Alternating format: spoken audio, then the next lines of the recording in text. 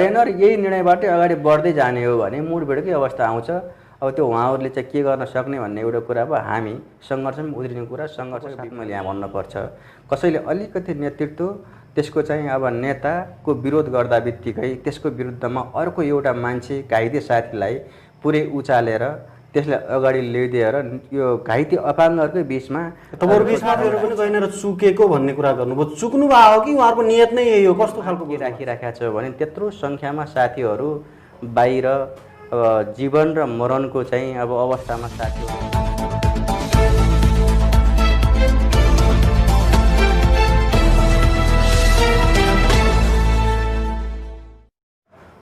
नमस्कार दर्शकवृन्द, इन्द्रेणी बहसको नयाँ श्रृङ्खलामा हार्दिक स्वागत छ। हामी यति बेला देशमा गणतन्त्र छ र हामीसँग गणतन्त्र मात्र नभएर गणतन्त्रको सञ्चालन गर्नका लागि गणतान्त्रिक संविधान छ। संविधान अनुसार देश संहितामा छ र हामीसँग मानवाधिकार प्रजातन्त्रको हामीले अभ्यास गरिराखेका छौँ। तर एक समय यस्तो थियो जति बेला हामीसँग गणतान्त्रिक संविधान थिएन, देशमा गणतन्त्र थिएन र हामीले अहिले गरिरहेको प्रजातन्त्रको अभ्यास त्यो समय गर्दैनथ्यौँ। 2062-63 को जनआन्दोलन हुनुभन्दा अगाडि देशमा ठुला ठुला घटनाक्रमहरू भए। त्यो अन्तर्गतको एउटा ठुलो नेपालमा राजनैतिक उपलब्धि ल्याउने एउटा पाटो थियो, एउटा क्रान्ति थियो जसलाई हामी जनयुद्ध भनेर चिन्छौँ र त्यही जनयुद्धको जगमा जनआन्दोलन सञ्चालन भएर आज देशमा गणतन्त्र प्राप्त भएको छ र हामीले गणतन्त्रको अभ्यास गर्न पाएका छौँ। तर यो गणतन्त्रको अभ्यास गर्नका लागि हिजो जसले बलिदान गरे, जसले रगत पसिना बगाए, आज उनीहरूको अवस्था कस्तो छ? हिजो हजारौंको संख्यामा जनयुद्ध लडेका जनसेनाहरूले गरेको बलिदान त्यागबाट आज देशमा गणतन्त्र आएको छ। तर यो गणतान्त्रिक अवस्थामा उनै जनमुक्ति सेनाहरूको अवस्था कस्तो छ र राज्यका तर्फबाट यत्रो योगदान पुर्याउने ती जनमुक्ति सेनाहरूको अवस्था, पूर्व जनमुक्ति सेनाको अवस्था कस्तो छ र जनयुद्धका क्रममा घाइते अपाङ्ग भएका जनमुक्ति सेनाहरूको अवस्था कस्तो छ भन्ने विषयमा छलफल गर्नका लागि आज हामीले घाइते तथा अपाङ्ग जनक्रान्तिका घाइते तथा अपाङ्ग योद्धा सङ्घका 5 नम्बर प्रदेशका प्रमुख खगेश्वर घरती बादललाई निम्ताएका छौँ। म उहाँलाई हार्दिक स्वागत गर्न चाहन्छु। धन्यवाद यहाँहरूलाई। र आज हामीले खास गरी मैले अगाडि पनि राखिसकेँ जनमुक्ति सेनाको हालको अवस्था र घाइते अपाङ्गहरूको अवस्था के कस्तो छ, उहाँहरूले कसरी जीवन निर्वाह गरिराख्नु भएको छ भन्ने विषयमा केन्द्रित भएर र आगामी उहाँहरूको योजना कस्तो छ भन्ने विषयमा केन्द्रित भएर छलफल गर्नेछौँ। र म सबैभन्दा पहिले घरतीजीलाई के प्रश्न सोधौँ भने अहिले तपाईँहरूको अवस्था के छ, जीवन निर्वाह के कसरी गरिराख्नु भएको छ भन्ने विषयमा नै सबभन्दा पहिले म जान्न चाहन्छु। अब यो जनयुद्धमा लडेर घाइते अपाङ्ग भएका तमाम साथीहरूको सन्दर्भमा भन्ने हो भने दयनीय अवस्थामा चिज अगाडि बढिराखेको छ। योभन्दा अगाडि धेरै पटक हामीले यो मन्त्रालयमा हाम्रा ज्ञापन पत्र, हाम्रा मागपत्रहरू लिएर छलफल गर्ने, त्यहाँ मागहरू राख्ने कामहरू हामीले गऱ्यौँ। धेरै नेता मन्त्री साथीहरूबाट अब हामीलाई आश्वासनहरू पनि भए, हुन्छ हामी पुरा गर्छौँ भन्ने भएको छ। तर व्यवहार त केही भएको छैन। बरु सीमित रूपमा दाङ जिल्लामा मोटामोटी बसाइ सर गरेर आएका साथीहरू र दाङमै रहिथाने भएका साथीहरूको उसमा मोटामोटी सङ्ख्या 500-550देखि 600 को हाराहारीमा जनयुद्धमा घाइते भएका साथीहरू हुनुहुन्छ। ती मध्येमा द्वन्द्वमा अब माओवादी इतरका र सरकार इतरका मिलाएर हामीले अहिले सरकारबाट पाउने भनेको 22 जनाले मात्रै अब सेवा सुविधा पाएका छौँ। त्यो पनि नितान्त कममा छ। तपाईँको 6200 मासिक हिसाबले पाउने गरेको छ र हामीले माग के राखिराखेका छौँ भने त्यत्रो सङ्ख्यामा साथीहरू बाहिर जीवन र मरणको चाहिँ अब अवस्थामा साथीहरू छन्। यस्तो बेलामा कम्तीमा युद्धमा लडेर गणतन्त्र स्थापना गर्ने अब योद्धाहरू हुन्। ती योद्धाहरूलाई हामीले समावेश गर्नुपर्छ, पुनर्मूल्याङ्कन गरौँ भनेर आवाज हामीले निरन्तर रूपमा उठाइराखेका छौँ। तर सरकारले त्यो सुनाइ गरेको छैन र पछिल्लो चरणमा एउटा सूचना, पुनर्मूल्याङ्कनको सूचना निकाल्यो। हामीले पुनर्मूल्याङ्कन अन्तर्गत छुटेका सबै साथीहरूलाई पनि समेटेर कम्तीमा 3 श्रेणीमा अब साथीहरूलाई व्यवस्थापन गर्नुपर्छ। विशिष्ट फर्स्ट र अर्को दोस्रो लटको गराएर 3 श्रेणीमा हामीले प्रतिशत निर्धारण गरेर अगाडि बढ्यौँ भने सबै साथीहरूले चाहिँ अब कम्तीमा राज्य पक्षले केही गर्यो है भन्ने टाइपको साथीहरूको चाहिँ मनोबल बढ्ने, बुझाइ हुने र यो सरकारले गरेको काममा रेस्पोन्स ल्याउने ढङ्गको हुन्छ र त्यो अपेक्षाकृत रूपमा चाहिँ हुन्थ्यो भन्ने यो मलाई यिनीहरू के 3 श्रेणी भन्नाले कस्तो खालको हो यो घाइते साथीहरू एउटै प्रकृतिका छैनन्। घाइते साथीहरू एउटै प्रकृतिका छन्, कोही विशिष्ट अर्कैले दिशापिसा गराउन पर्ने, भित्र बाहिर गराउन पर्ने अवस्थाका छन्। त्यो विशिष्ट श्रेणीमा राख्ने स्वास्थ्य अवस्था अनुसार त्यसलाई चाहिँ विशिष्ट श्रेणीमा गराउने, अर्को फर्स्ट श्रेणीमा गराउने। ती साथीहरू नितान्त चाहिँ अब अरू धेरै गर्न नसक्ने, कम्तीमा बाहिरभित्र हिँडडुल गर्न सक्ने सम्मको साथीहरूलाई फर्स्ट श्रेणीमा राखौँ र अर्को तृतीय श्रेणी भनेको तपाईँको चाहिँ अब केही आफूले गरेर बाँच्न चाहिँ सक्ने, तर ती साथीहरू मैले युद्धमा रगत त बगाएँ नि, म युद्धमा त लागेँ नि, मेरो आफ्नो एउटा उर्वास शक्ति युद्धमा होमे नि त। युद्धमा होमिसकेपछि अब मलाई मेरो शरीरमा गोली त लागेको छ नि, मेरो शरीरमा छरा त लागेको छ नि भन्ने एउटा तमाम चाहिँ त्यो छ साथीहरूमा, त्यो गर्व गर्ने, गर्वको साथ भन्ने ठाउँ छ। ती साथीहरूलाई पनि हामीले अब तेस्रो चरणमा चाहिँ अब तेस्रो पर्सेन्ट उसमा राखेर कम्तीमा मासिक 2000 हुन्छ। हामीले धेरै ठुलो माग पनि गरेका छैनौँ, 2000 हुन्छ। त्यो हिसाबले व्यवस्थापन गऱ्यौँ भने कम्तीमा अब ती साथीहरूले बोल्ने बाटो पनि बन्द हुन्छ र एउटा आफूलाई मैले केही गरेर राज्यले मलाई गर्यो है भन्ने गर्व महसुस गर्ने टाइपको अब त्यो एउटा सहानुभूति प्राप्त हुन्छ। यसरी हामीले 3 चरणमा चाहिँ खण्डीकरण गरेर जाउँ। यसको लागि चाहिँ हामीले राज्यबाट पनि छलफल गरेर अगाडि बढाएका हौँ। तर यहाँ अहिले भयो के भने अब छुटेका साथीहरूको सन्दर्भमा तपाईँको अब समेट्ने त कुरा भएन, जो चाहिँ पाएका साथीहरू ती साथीहरूको पनि टोटलको केही चाहिँ हाम्रो इतरका साथीहरू धेरै जसोको नाम फालेर अब हाम्रो घाइते अपाङ्ग योद्धा सङ्घका साथीहरू सहितको मिलाएर यो सरकारको गृह मन्त्रालय अन्तर्गतको यो कर्मचारीहरूकै एउटा टिम बनाएको छ शान्ति व्यवस्थापन गर्ने। यो चाहिँ व्यवस्थापन अब द्वन्द्वका अब घाइते अपाङ्गहरूको व्यवस्थापन गर्ने भने एउटा टिम, एउटा समिति बनेको छ। ती समितिमा पनि अब हाम्रो साथीहरूलाई जानकारी चाहिँ नदिएर, हाम्रोतिरको प्रतिनिधिलाई जानकारी चाहिँ नदिएर एकलुट रूपमा आफू खुसी निर्णय गरेको जो छ त्यसको विरुद्धमा हामी जान खोजिरहेछौँ। यो त के छ भने हामीले पाएको साथीहरूले पाउँदै आएको पनि छुटाएको अवस्था चाहिँ छ। यो चाहिँ यसमा हाम्रो हिजो यत्रो तपाईँहरू जनयुद्ध पनि लड्नुभयो, जनयुद्धको क्रममा घाइते अपाङ्ग पनि हुनुभयो। आज हिजो लगभग त्यस पछाडि पनि ठुला 2-3वटा जति निर्वाचन भइसकेका छन् र अहिले एउटा ठुलो कम्युनिस्ट पार्टी निर्माण भएर त्यसमा पनि हिजो जनयुद्ध लडेकै पङ्क्ति र नेतृत्व अहिले सरकारमा सहभागी छ। आफ्नै सरकार भएको समयमा यस खालको निर्णय हुँदाखेरि तपाईँहरूले कस्तो महसुस गर्नुभएको छ? अब यो विषयमा चाहिँ अब महसुस दुःखदायी अवस्थाको छ। म त पहिलो कुरा के भन्छु भने कम्युनिस्ट पार्टी जसको निर्देशनमा, जसको विचार सिद्धान्त राजनीतिमा चाहिँ अब हामी अगाडि बढ्यौँ, लड्यौँ र अङ्गभङ्ग भएका छौँ, त्यही पार्टी र त्यही चाहिँ नेतृत्वको चाहिँ अब सरकार बनेको बेलामा चाहिँ अब अहिले जुन हिजो लड्दै आएका साथीहरूले केही नपाउने अवस्थामा गएका छन्। अब यसमा उहाँहरू चुक्नु भएको छ, मैले यो चुकेको चाहिँ देखिरहेको छु।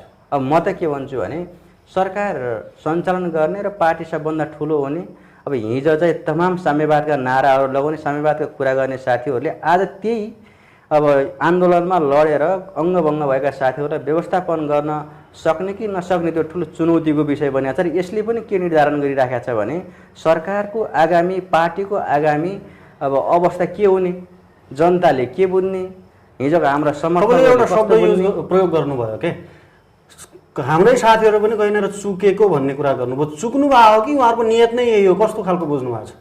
चुक्नको लागि नियत जोडिया हुन्छ एउटा कुरा। अर्को कुरा के हुन्छ भने तपाईँको चाहिँ कहीँ न कहीँ, कतै न कतैबाट अब साथीलाई जानकारी चाहिँ नदिएर परिबन्धमा पार्ने कुरा हुन्छ। अब त्यसमा मैले के भन्छु भने यो चुक्ने कुरा नियतसँग जोडिया विषय छ। अब त्यो सरकारी निकायबाट हल गर्ने कुराहरू हिजो हामीलाई 3 चोटिसम्म होइन, तपाईँले भन्नुभयो निर्वाचन भएका छन्।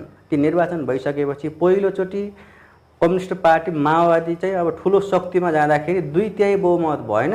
बहुमत नभएकोले हामीले कुनै चिज पुरा गर्न सकेनौँ है भनेर त्यो कुरा राखिसकेपछि हो त नि भन्ने हामी सबैलाई परेको थियो, आम जनतालाई पर्यो, आम चाहिँ दुःख पाएका पीडित चाहिँ अब अङ्गभङ्ग भएका साथीहरू र साथीहरूको फ्यामिलीलाई परेकै हो। ठिक छ त, केही छैन, अझै पनि गरौँ न, हो त भन्ने हामीलाई पर्यायो। त्यसपछि पनि चुनाव भयो, चुनाव भइसकेपछि कहाँ सरकार बहुमतको भएन, कहाँ के भएन भन्दै अब आलटालका कुराहरू गर्दै आयो र हामीले चाहिँ त्यही ढङ्गले महसुस गर्दै आयौँ। अब अहिले आइसकेपछि अब कम्युनिस्ट पार्टीकै नेतृत्वमा सरकार, त्यो पनि बहुमतमा छ।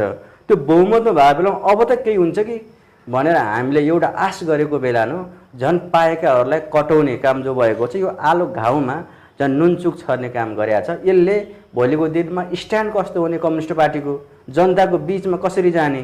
हामी भनेको युद्ध लडिसकेपछि यो हिजोको लामो समयसम्मको राजतन्त्रलाई फाल्नको लागि र गणतन्त्र स्थापना गर्नको लागि लडेका मान्छे हौँ। कुनै जातीय युद्धमा गएका मान्छे होइनौँ हामी, कुनै चाहिँ अब क्षेत्रीय युद्धमा सामेल भएका मान्छे होइनौँ।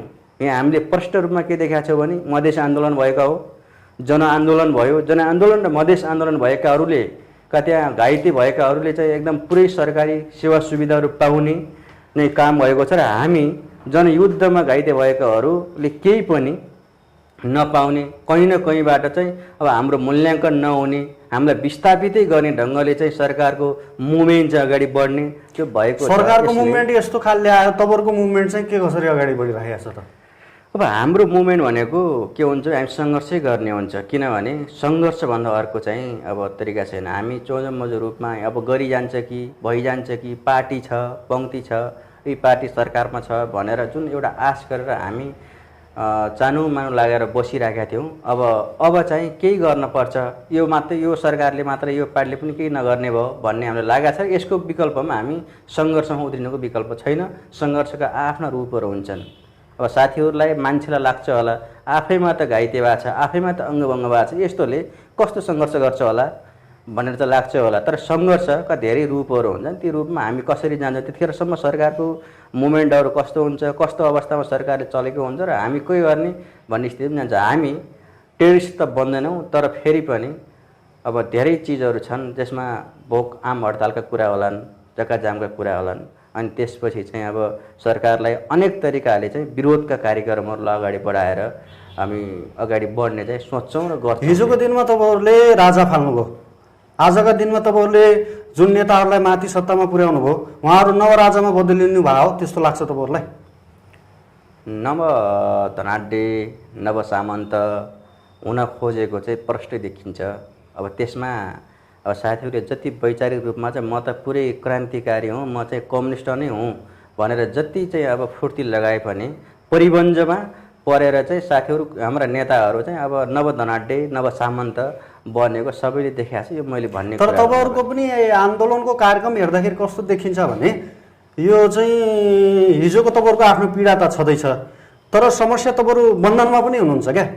किनभने त्यो पार्टी पोलिटिक्स तपाईँहरूको छ नि, जुन त्यो पार्टी पोलिटिक्स एकातिर छ, पार्टीको राजनीति एकातिर छ, तपाईँहरूको एजेन्डा एकातिर छन्।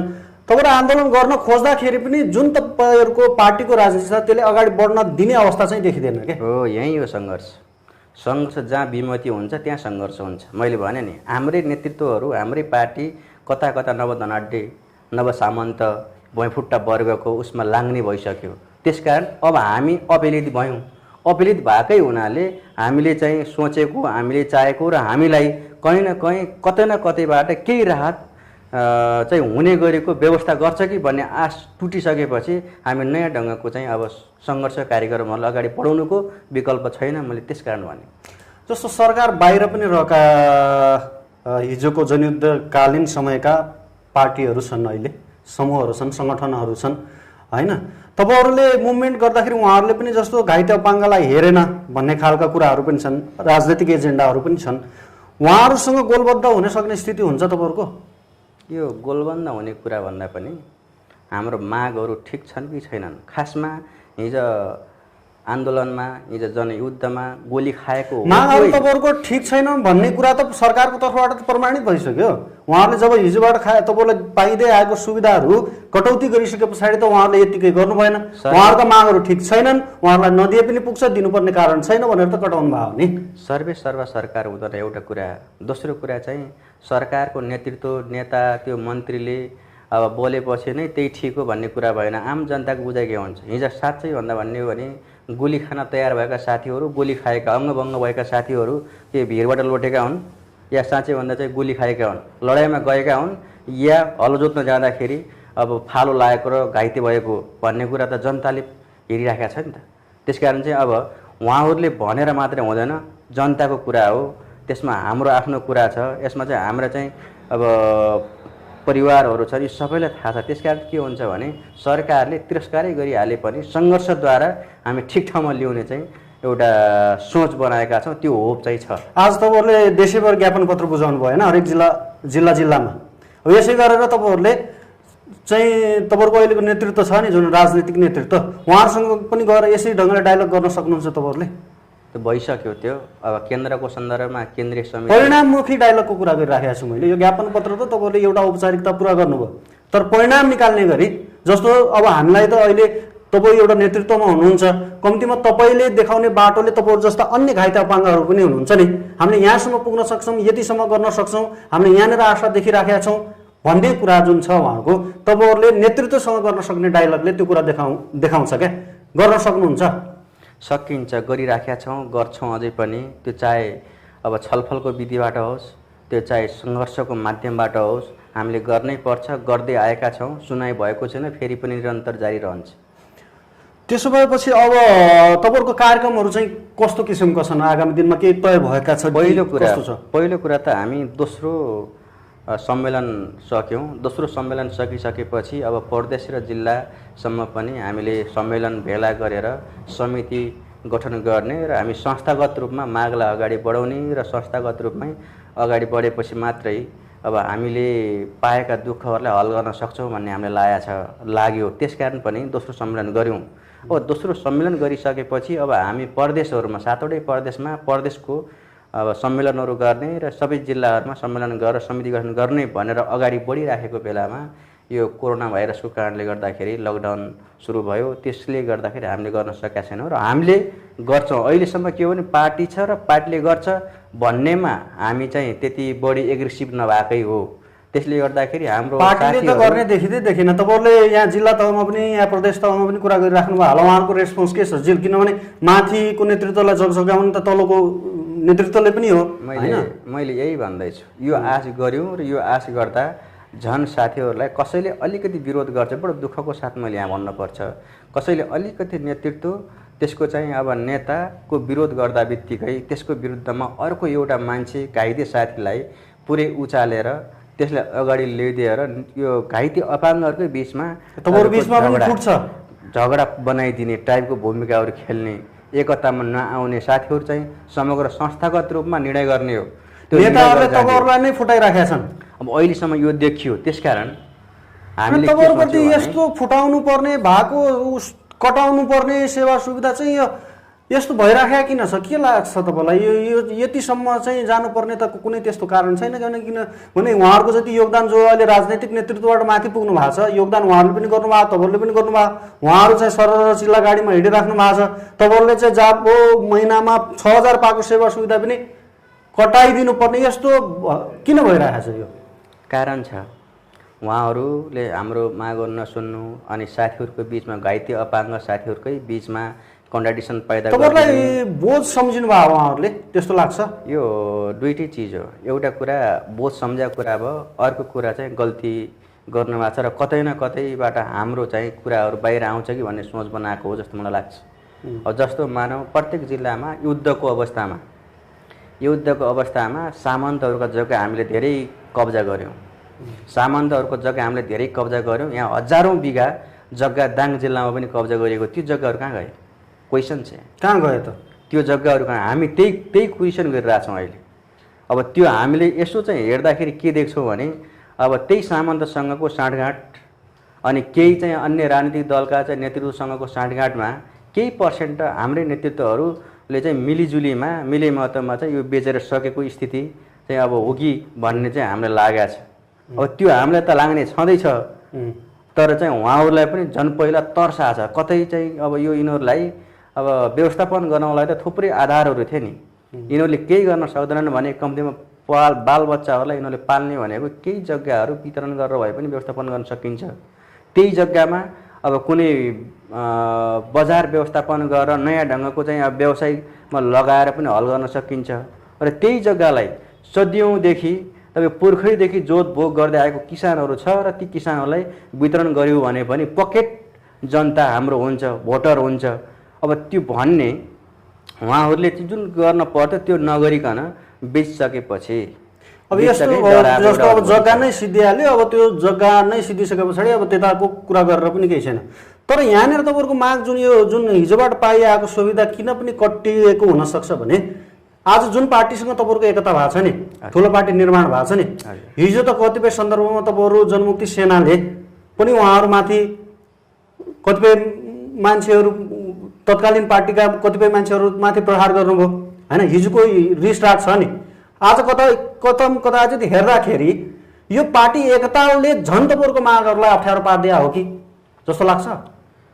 घटनाको पुनरावृत्ति त हुँदैन, तर फेरि पनि कहीँ न कहीँ पहिलो कुरा त मैले के भन्छु भने जग्गा बिक्री भइसक्यो, त्यसो अब यसको कुनै काम छैन भन्ने कुरा नै गलत हुन्छ। किनभने हिजो लड्दाखेरि मान्छे मरिसक्यो, त्यसको नामै लिनुहुन्न भने जस्तो हुन्छ।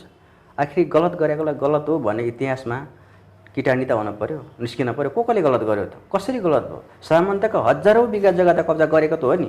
त्यो जग्गा कब्जा गरेको जग्गा किसानहरूले पायो कि पाइन? अनि त्यो जग्गा फिर्ता गरे हो कि बेच्या हो भन्ने क्वेसनहरू त छ नि। यो त सबैले जान्न पाउनुपर्छ। त्यसकारण यो विषय कहीँ न कहीँबाट उठ्छ कि भन्ने एउटा चाहिँ हाम्रो नेतृत्वहरूमा पनि समस्या परेको जस्तो देखिन्छ। दोस्रो कुरा चाहिँ हिजो हामी माओवादी हुँदाखेरि र चाहिँ अर्को काङ्ग्रेस र एमाले पार्टी हुँदाखेरिको बिचमा वैचारिक सङ्घर्ष र त्यसले उत्पन्न गरेको व्यवहारिक रूपमा कहीँ न कहीँ चाहिँ अब उहाँहरूले पनि सिआइडी बनेर उहाँहरूको मान्छेहरूले पनि सिआइडी बनेर हाम्रो साथीहरूलाई मार्ने, हाम्रो घर परिवारलाई टर्चर दिने, सरकारको पक्षमा लाएर उहाँहरू प्रवक्तै बनेर गोइबस शैली अपनाएर चाहिँ पुरै चाहिँ सक्ने गरी अब उहाँहरू लागेको। अब हामी पनि त्यति बेला के गर्यौँ भने अब हाम्रो विरुद्धमा आउनेको विरुद्ध जाइ लागेको कुरा चाहिँ सत्य हो। तर अहिले हामी त्यो अवस्थामा छौँ कि छैनौँ? मुख्य प्रश्न यो हो। त्यो अवस्थामा छौँ कि छैनौँ भन्दा त हामी त्यहाँबाट त अगाडि बढिसकेका छौँ। हिजोको माओवादी पनि छैन, हिजोको एमाले पनि छैन। हामी त समाजवाद उन्मुख कम्युनिस्ट पार्टी निर्माणमा अगाडि बढे कम्युनिस्ट पार्टी भएको छौँ। हामी नेपाल कम्युनिस्ट पार्टी भइसकेपछि हिजोको राखरेख हुँदैन भन्ने कुरा त थियो, हो पनि। तर कुरा के हो भने कहीँ न कहीँबाट तपाईँहरूले उठा जस्तै त्यसलाई व्यवहारिक रूप बाहिर यो त मेरो बाबु हो भनेर निकै मसार्ने, तर भित्रै चाहिँ अब त्यो के अरे स्लो पोइजन खुवाएर मार्न खोज्या हो कि भन्ने जस्तो अनुभूति चाहिँ भइरहेको छ। तपाईँहरू त अब वैचारिक रूपमा पनि त्यसपछि फौजी रूपमा पनि हिजो लड्दै आएको मान्छे, लड्नमा पनि तपाईँहरू अगाडि नै हुनुहुन्छ जुनसुकै मोर्चाबाट पनि। अब आज आएर सरकारले जुन निर्णय गर्यो नि, यो निर्णय सरकारलाई प्रत्युत्पादक हुन्छ एकदमै? यो सरकारकै लागि प्रत्युत्पादक हुन्छ। सरकारलाई प्रत्युत्पादक भएर सरकारले कतिसम्मको अवस्था झेल्न पर्ने अवस्था आउन सक्ला त?